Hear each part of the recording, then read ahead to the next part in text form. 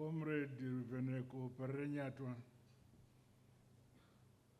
the Vice President, Honorable General Retired Dr. C.G.D.N. Chiwenga, the Vice President, Honorable Colonel Retired KCD Mohadi, the National Chairman of the ruling party, Comrade OCZ Mchinguri Kashiri, Honorable Ministers who are here, members of the Politburo of the ruling party ZANU-PF, the Chief Secretary to the President Cabinet, Dr. Martin Rushwaya, Chairman of the Public Service Commission, Dr. Vincent Ungwe, and other commissioners who may be here, senior government officials, service chiefs, chairpersons and chief executive officers of public entities and local authorities, invited guests, ladies and gentlemen. I would like to welcome you all to this occasion, which is the first to take place after the August 2023 harmonized general elections, resoundingly won by our ruling ZANU-PF party.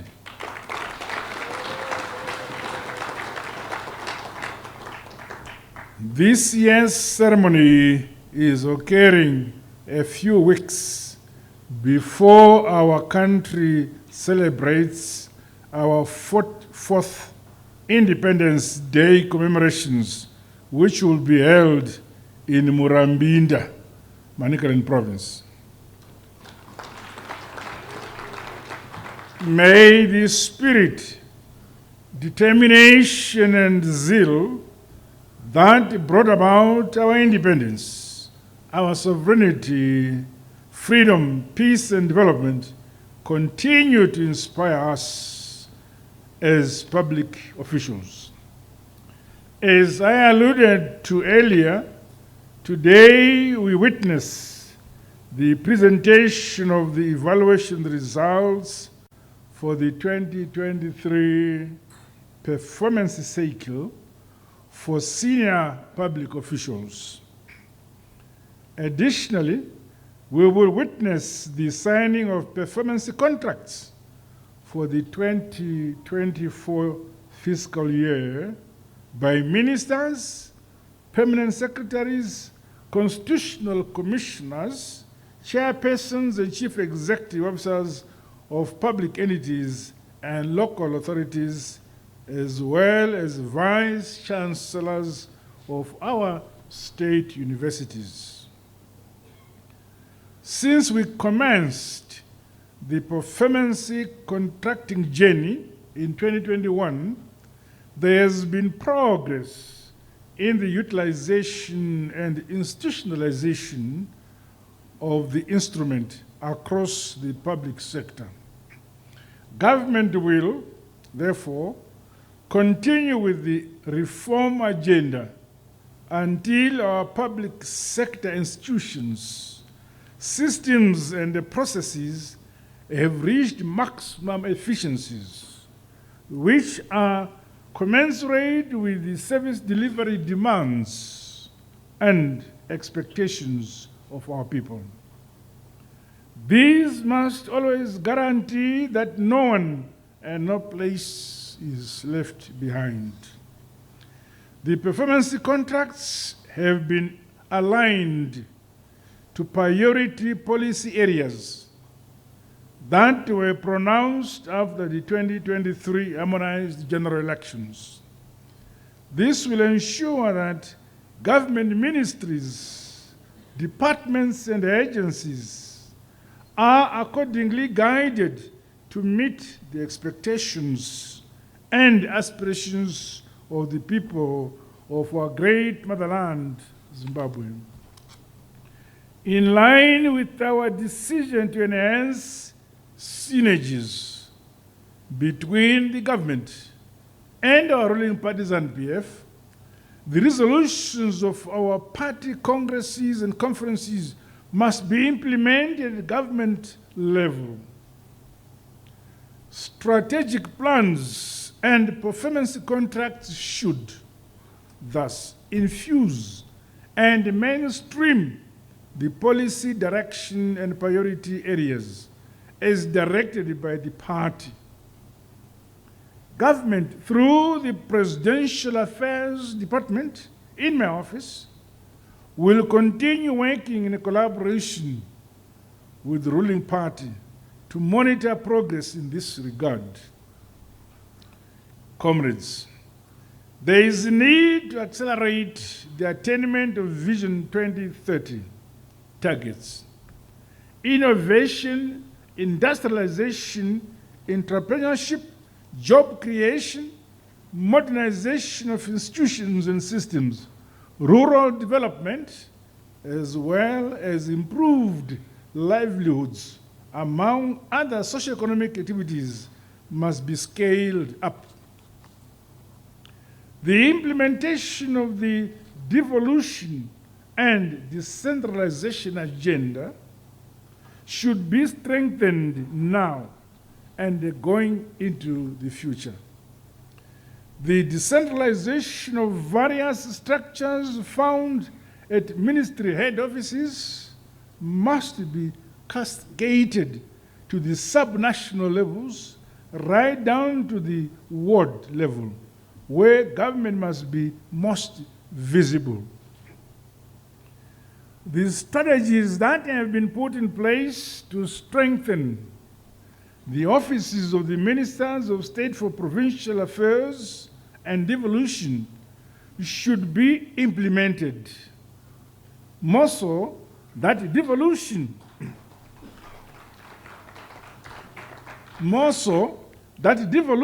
is now a measurable variable in the performance contracts for senior public officials.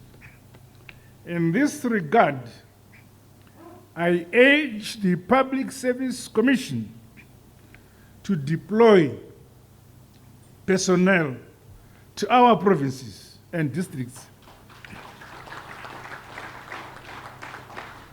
with capacities and skills that reflect this new thrust of our government. I expect a quickened pace and a greater sense of urgency in the implementation of rural industrialization strategies. These must culminate in increased investment, exports, and infrastructure development. I was pleased to launch various ICT policies at the community level last week in Somabula, Midlands Province. We must continue on this trajectory where more government policies and programs are launched among the people. I challenge all levels of our bureaucracy, you here, to institutionalize future thinking as a key component of improving strategic planning and performance management. Let us deliberately develop and nurture a larger pool of experts with the requisite skills for planning, predicting and projecting future trends going into the decades for the future designs of our country, as well as the modernization and competitiveness of our economy. We must think beyond the present. The partnership between Zimbabwe and the United Arab Emirates under the Government Experience Exchange Program provides an opportunity for lessons that can be conceptualized to revamp our own public sector ecosystems.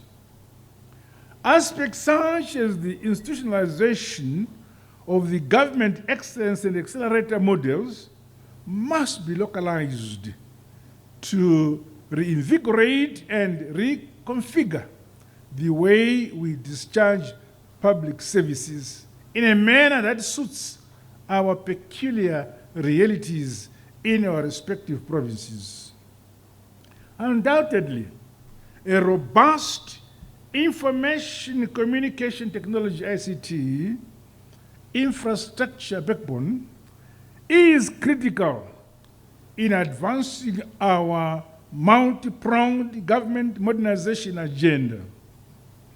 ICTs must therefore be leveraged to improve service delivery and reduce malpractices in our public sector.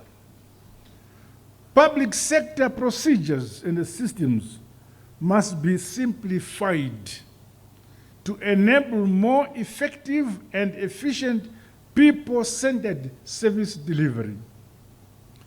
The digitalization and modernization of public sector institutions and systems should be accelerated to offer integrated online services. This matter has been on our priority list for too long, and more results must be seen in this regard. As such, the implementation of the e-government program should be strengthened to include skills and infrastructure backbone, among other aspects, to enable optimum harnessing of the opportunities brought about by artificial intelligence and other contemporary best ICT solutions. Comrades, ladies and gentlemen, government and the Second Republic must always have a human face and be ready to wholeheartedly and respectively serve the people of our beloved motherland, Zimbabwe.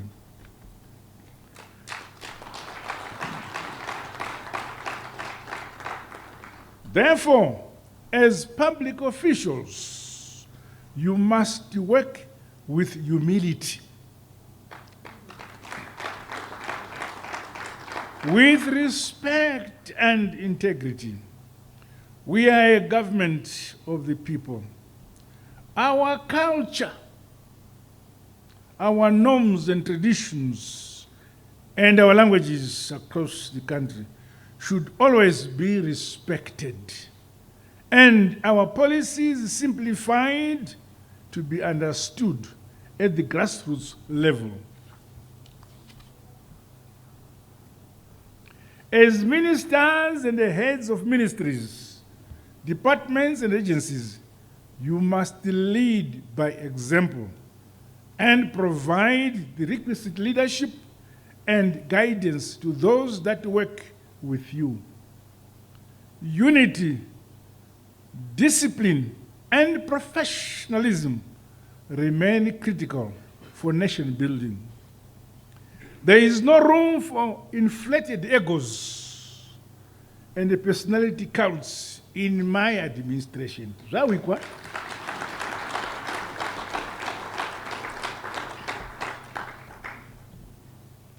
You are there to serve the people, not to boast to the people.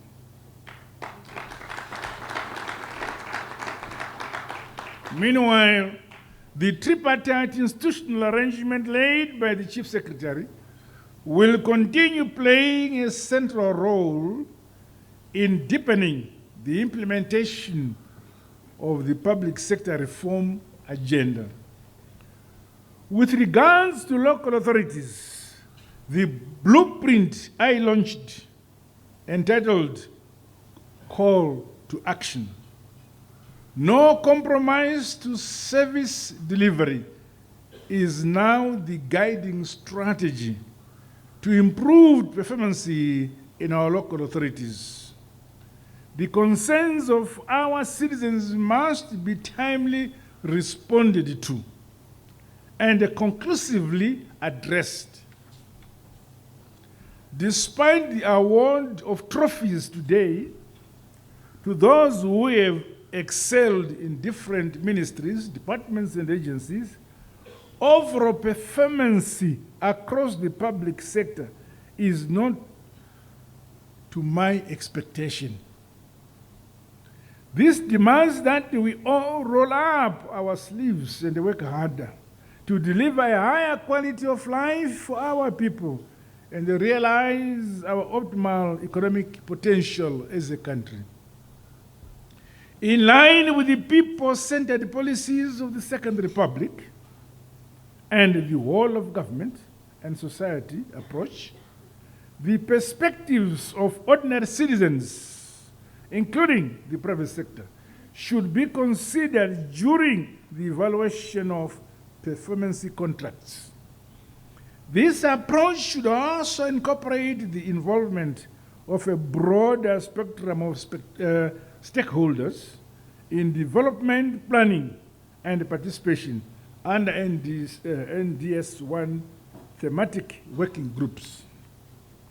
As I conclude, let me reiterate that as public sector officials, we have been entrusted with responsibility to lead in bringing to reality our national vision and the aspirations of our people, of our great motherland, Zimbabwe. This must never be taken lightly.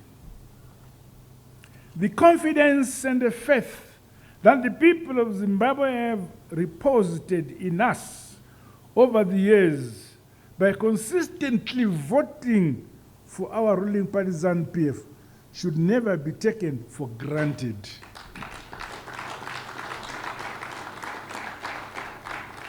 Hence, the performance contracts that you are signing today should be a pledge and a declaration to the people of Zimbabwe that you, public officials here gathered, and those under you, are committed to deliver.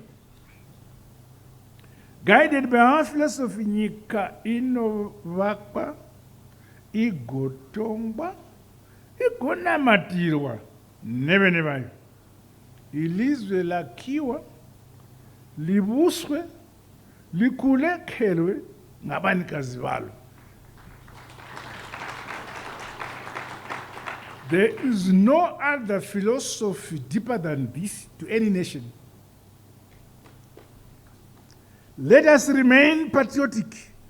Let us remain loyal, united and committed, despite the heinous and illegal sanctions, which continue to be an albatross to our country's development, progress, and prosperity. There is no one from outside who will build our country and improve the standards of living of our people but ourselves. That burden lies with each and every one of us here.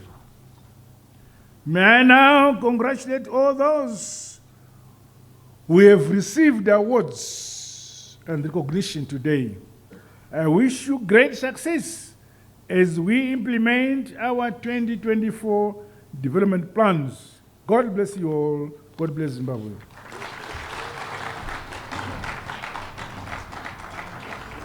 Maria,